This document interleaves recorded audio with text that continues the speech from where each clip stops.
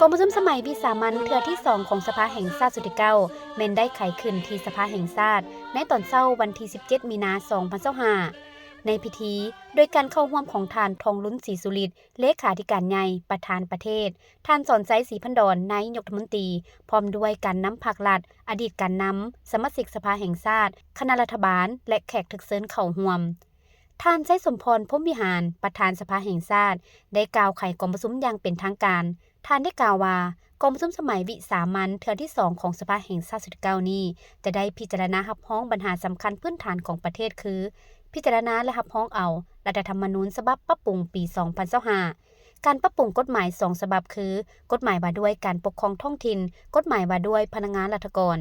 คนควรนโยบายให้แก่ผู้ลงทุนในนิคมอุตสาหกรรมจำนวนหนึ่งและพิจารณาคำเสนอของท่านนายกรัฐมนตรีเกี่ยวกับการปรับปรุงกงจักรของรัฐบาล